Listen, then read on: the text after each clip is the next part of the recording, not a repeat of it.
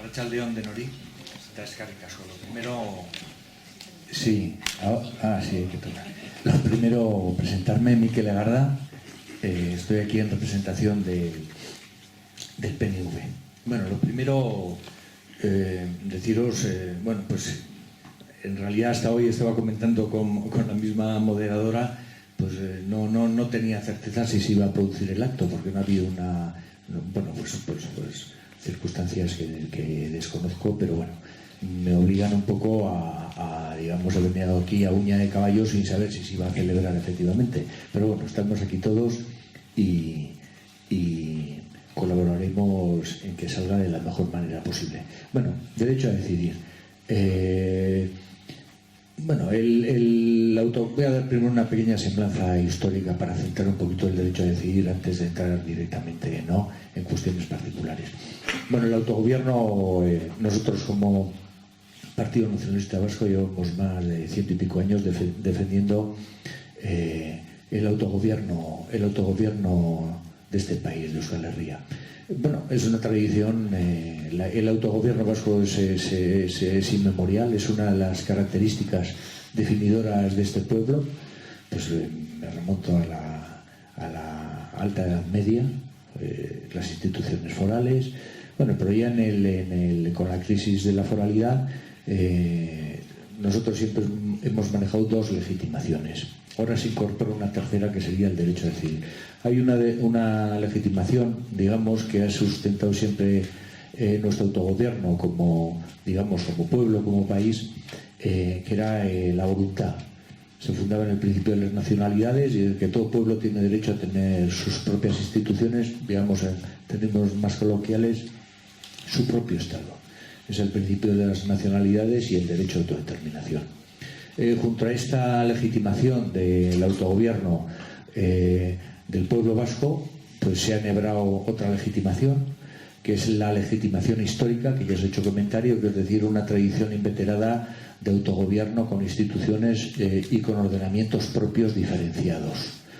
Estas son las dos legitimidades que se enhebraron básicamente desde el siglo XIX, finales del XIX y principios del XX.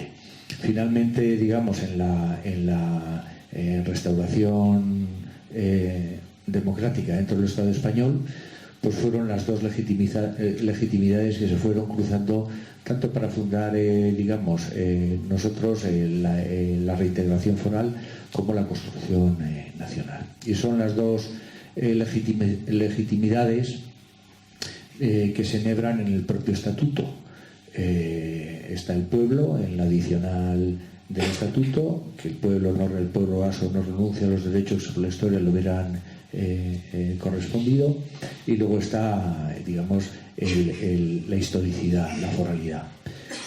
A esas dos legitimaciones del autogobierno hay una tercera legitimación que se incorpora en el siglo XXI, prácticamente el finales del 2021, que es el derecho a decidir. El derecho a decidir, una mínima semblanza, digamos que es la respuesta a los déficits de acomodación que se producen dentro de una comunidad estatal, de un ente subestatal. Cuando este ente subestatal, sus opiniones mayoritariamente adoptadas son siempre derrotadas porque se encuentra dentro de una realidad superior que, en uso del principio democrático formal, nunca atiende a sus reivindicaciones. Entonces se produce una situación, digamos, de una minoría subestatal que siempre está en desventaja, porque aunque tenga una posición mayoritaria, como se subsume en una realidad superior, esta aplica la regla de las mayorías y siempre acaba derrotada. Bueno, para solventar, digamos, esta circunstancia, que se anuda a los derechos de las minorías nacionales también, es por lo que se construye teórica y políticamente el derecho a decidir, que se construye, digamos, sobre 4 principios.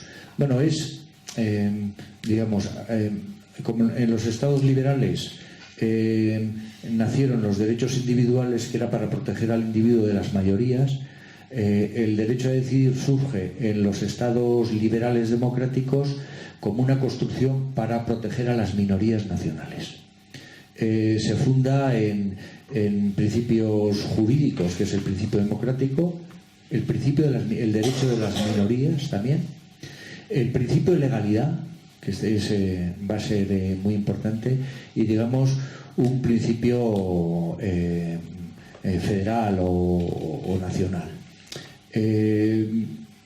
Para que, bueno, una mínima semblanza. Se diferencia el derecho a decidir del derecho a la autodeterminación, digamos, en estándares internacionales jurídicos.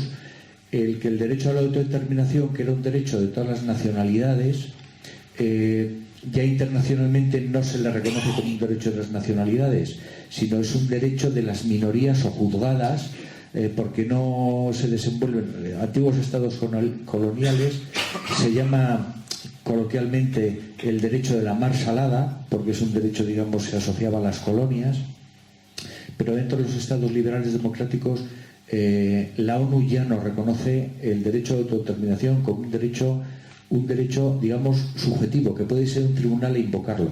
Otra cosa es que fácticamente lo puedes conseguir, ¿no? Como luego veremos algún ejemplo. Y se diferencia también del derecho de autodeterminación, que el derecho de autodeterminación siempre se conduce a la independencia. Y el derecho a decidir admite varias opciones. Es un derecho a reformularte dentro de una realidad superior o a independizarte. Tiene las dos posibilidades. Y es un derecho, como es un derecho que nace dentro de los estados liberal democráticos, es un derecho democrático, pero que no es nunca unilateral. En principio es un derecho que es bilateral, se funda sobre un acuerdo, y la legalidad es determinante porque se desenvuelve en estados liberal democráticos, así está construido. Se desenvuelve siempre con el respeto a la legalidad. Como ha comentado Sergio, el paradigma, digamos, es la sentencia canadiense, y, digamos, una manifestación ha tenido en Escocia. Otra característica también del derecho a decidir, tiene unas ciertas concomitancias, unas ciertas similitudes, digamos, con una de las legitimaciones en las que fundábamos desde el nacionalismo vasco el derecho a decidir, o del Partido Nacionalista Vasco. Y es los cuatro grandes conceptos: es el reconocimiento de una realidad subestatal, la bilateralidad, el pacto y las garantías, que son también quizá las cuatro características más notorias, digamos, de la foralidad, como una manera de relacionarse histórica, sobre todo en la Edad Media, bueno, y hasta la abolición foral, digamos, de la comunidad subestatal vasca, digamos, con un ente superior en el que se integraba. Digamos que en este caso era la monarquía, ¿no? Que eran primero los Austrias y luego los Borbones. Bueno, eso como caracterización del derecho a decidir. Nosotros en este momento no tenemos una visión, por supuesto, digamos, tan oscura de nuestro autogobierno ejercido a través, digamos, del estatuto, que lo consideramos también una reintegración foral, ¿no? Creemos que reúne unas características, digamos, de fragmentos de Estado, es decir, tenemos unas características que no nos convierten, digamos, en una descentralización administrativa. Tenemos unas características históricas digamos, de una realidad con vocación de ser un Estado, pero que nunca ha tenido la suficiente fuerza, digamos, para eclosionar. A su vez también, digamos, en términos un poco coloquiales, España tampoco nos ha podido absorber. Ni nosotros nos hemos podido despegar totalmente, ni el Estado español nos ha podido absorber. Estamos ahí en una realidad, digamos, lo que se llama fragmentos de Estado, ¿no?, que decía algún constitucionalista esto. ¿Cuáles son entonces lo que nosotros digamos, los claroscuros? Que pues efectivamente el pacto autonómico, que nació con unas potencialidades muy fuertes, sobre todo a través de la adicional del estatuto, que reconoce que el pueblo vasco no renuncia a los derechos sobre la historia le hayan podido corresponder, con la misma disposición adicional que nos colocaba dentro del Estado español en una situación particular. Éramos una excepción dentro del Estado porque reconocía que teníamos unos derechos históricos que eran previos a la Constitución. La Constitución, en este sentido, Euskadi no es fundadora, sino que reconoce una institución previa, como puede reconocer, al margen del peón, a la Iglesia Católica o otras instituciones, digamos, como la propiedad, etcétera, que no las crea la Constitución, sino la reconoce. Por eso dice que reconoce y ampara. Bueno, nosotros consideramos que tiene unas grandes potencialidades la disposición adicional, que es una característica nuestra, digamos, un mejoramiento foral, una reintegración foral. El caso es que el devenir, digamos, del Estado español, pues es indudable que se ha ido produciendo una constante centralización, sobre todo a través de tecnicismos como las bases, a través de instituciones como el Tribunal Constitucional, es decir, que nos han ido, digamos, mermando, y nos hemos encontrado en una situación pues un poco de visceración de la capacidad de establecer nuestras propias políticas públicas. Y la verdad, luchamos en todos los frentes, pero poco a poco, de lo que esperábamos a lo que tenemos, pues hay una gran diferencia. Tenemos una capacidad económica, como todo en la vida, relativa, pero sustancialmente mayor, digamos, que el resto de partes del Estado. Sin embargo, nuestra capacidad de decidir en qué gastamos el dinero, pues es una capacidad mermada respecto a lo que pensábamos. Podemos gastar, pero no podemos decidir muchas veces exactamente en qué gastamos. Aquí sí quisiera hacer también un inciso a nuestro compañero Sergio, ¿no?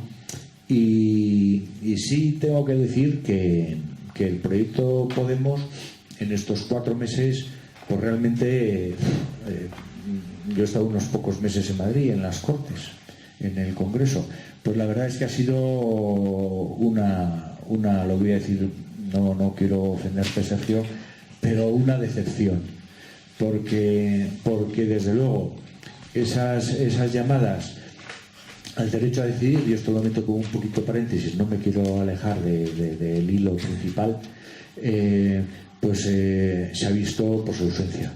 Tuve un debate bastante, bueno, iba a decir ácido, bueno, cada uno habló de lo que quiso. Presentasteis un proyecto de ley 25 que llamabais el proyecto estrella, que era los derechos sociales, y al final el proyecto que nos encontramos, y hubo un dictamen mayoritario, digamos, de las realidades nacionales dentro de España, aparte de la española, es decir, Cataluña y Euskadi, es que os vinimos a decir que era un proyecto como el del Partido Popular.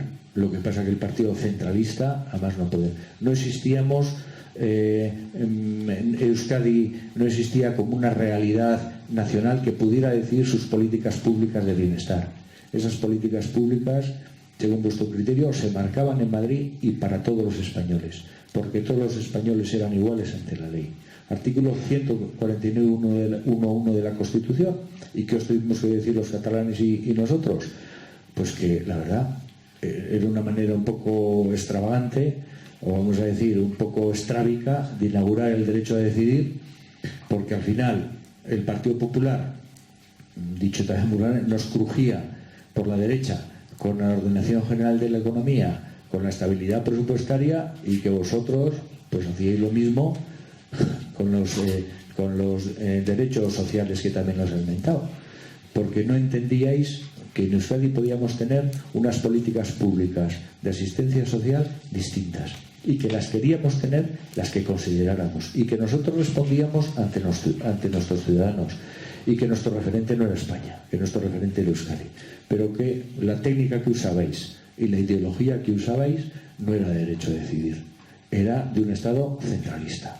El Ministerio ponía los estándares, las Cortes ponían las leyes y nosotros gastábamos. Por eso decía que, bueno, que el derecho a decidir se habla, pero luego a la hora de la verdad, día a día es donde hay que verlo. Bueno, y vuelvo un poquito a mi hilo conductor. Bueno, el derecho a decidir. Ahora, ¿en qué momento estamos? Nosotros afrontábamos esta legislatura, la 11, pues que ha finalizado, vamos hacia la 12, pensando, y esa es nuestra intención, que teníamos que refundar, digamos, un nuevo acuerdo respecto a un nuevo estatus dentro de Euskal Herria, del País Vasco. Nosotros íbamos, digamos, con la mejor voluntad. También somos conocedores que, y eso sí quisiera trasladarlo y así lo sentimos y creemos que es así. El derecho a decidir, desengañémonos, no es solo una cuestión jurídica. El derecho no transforma la realidad. Hay un pensamiento mágico de que el boletín oficial, bien sea nuestro o de Francia y tal, transforma la realidad. Es un requisito imprescindible, pero no suficiente. El derecho a decidir es una, es una construcción día a día. Es una construcción que no se improvisa. Es una construcción que la colmatación, es cuando ya hay un gran movimiento social y una gran cohesión social que quiere dar un paso, que quiere que se le pregunte sobre una cuestión. Pero el derecho a decidir no se construye, como una casa con el tejado. Eso es lo último. Al final, lo que comentaba Sergio, la ley de la claridad, es decir, bueno, cómo se va a proceder, sobre todo la expresión del derecho a decidir o la manifestación, es el paso último. Un derecho a decidir, el derecho a decidir hoy en día no podemos desconocer. Es un horizonte político, pero desde luego nosotros pensamos que no es una cosa que decidas, ¿no?, como dice la sociedad en España, ¿no?, hoy es en las Cortes, no. España hay que transformarla, y de una sociedad, eso hay que conseguir transformarla en una sociedad industrial. Como si eso se hiciera con el boletín oficial, transformar una realidad, como en la española, que es poco industrializada. Alguien decide de la noche a la mañana transformarla en una sociedad industrializada y rica y suficiente. No, eso es un proceso que se va construyendo poco a poco. Quiero poner también de manifiesto que en las sociedades en las que convivimos, y en concreto en la nuestra, pues tenemos también estamos siendo objeto de muchas transformaciones, de una transformación política. Euskadi, la sociedad vasca, lo mismo que la sociedad occidental de nuestro entorno, sufre una profunda crisis política, y en la política hay una gran descapitalización humana. La política, pues se ha producido un alejamiento de la sociedad de la política. Sergio decía, no, pues vamos a construir una nueva sociedad eficiente. Eso lo intentamos todos los días, pero realmente construir una sociedad y volver a ese enhebramiento entre la sociedad, sus dirigentes. Bueno, es obvio que hay un alejamiento, una descapitalización humana de la política. Estamos sufriendo, lo digo como elementos que hay que tener en consideración, una crisis económica. No solo la crisis particular que podemos vivir en Euskal Herria, porque tenemos unos procesos productivos que en cierto momento se pueden quedar obsoletos, que los transformamos, pero bueno, que no es suficiente, tenemos un gran paro, sino una crisis económica sobre todo generada, por la globalización. que genera otro fenómeno que no podemos desconocer, que la política ya no tiene el control, como lo tenía hace 100 años, de la gestión de lo social. Hoy en día una empresa que nos dé trabajo, o vamos a decir, una gran empresa que esté localizada, pues no sé, aquí mismo en Agurain, que sea de capital multinacional porque esté un fondo de pensiones y todo, decide irse y decide cerrar como en Zumarga las acerías, y es una decisión, digamos, que el poder político institucionalizado tiene un difícil abordaje, por mucho que queramos, porque el capital, por cierto, que tampoco tenemos que desconocer que nuestros propios fondos de pensiones juegan en el mismo campo de juego, Nuestros fondos de pensiones, menores o mayores, hacen sus inversiones y de alguna manera participan también, digamos, en esa construcción y en ese derrumbe de realidades materiales económicas que luego nos perjudican a todos. Y en tercer lugar, también tenemos una crisis social que nos afecta profundamente, y es que se está produciendo un fenómeno de individualización de la sociedad. En ese sentido las identidades se deshomogenizan. Esos son fenómenos transversales que nos afectan, digamos, a toda la parte europea donde estamos viviendo nosotros. Desconozco si en otras realidades, no sé, Japón o no sé, Sudamérica es tan intenso, pero desde luego, digamos, en esta parte europea donde vivimos son realidades que se nos cruzan. Entonces, ¿a qué iba todo esto? Que las realidades, digamos, los proyectos ideológicos que tenemos quedan transidos por realidades que caminan a veces en direcciones que no son totalmente distintas y extravagantes, pero que condicionan muchas veces todos los discursos, nos van condicionando a todos, y nuestro quehacer diario. Y ya por último, 10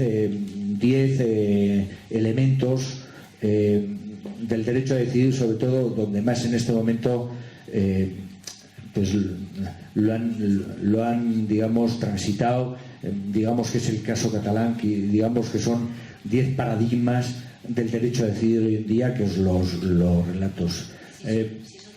No, pero es solo una línea, una mayoría, la existencia, las 10 condiciones, digamos, del éxito de un proceso de construcción desde el derecho a decidir. Una mayoría política y social a favor. Segundo, la internacionalización del proceso es fundamental. El derecho a decidir no es un proceso, te lo tienen que reconocer. Como todos los derechos, tienen que reconocértelos, porque si no, no tienes capacidad. El proceso de internacionalización. El tercero, las estructuras de Estado. El cuarto, construir un proceso constituyente. El quinto, la unidad de acción y la confianza mutua entre los partidos independentistas. Y la máxima y la fortaleza de los movimientos ciudadanos. El 6, un liderazgo de prestigio. Las personas son determinantes, son procesos sociales e institucionales, pero necesitan visualizaciones de prestigio. Decidir bien la gestión de los tiempos, de la proclamación, de las proclamaciones. Proyectos políticos transversales, proyectos inclusivos, como decía Sergio, y buena política de comunicación. Como veis, no es solo, y ya finalizo, no es solo, digamos, una ideología, digamos, tradicional.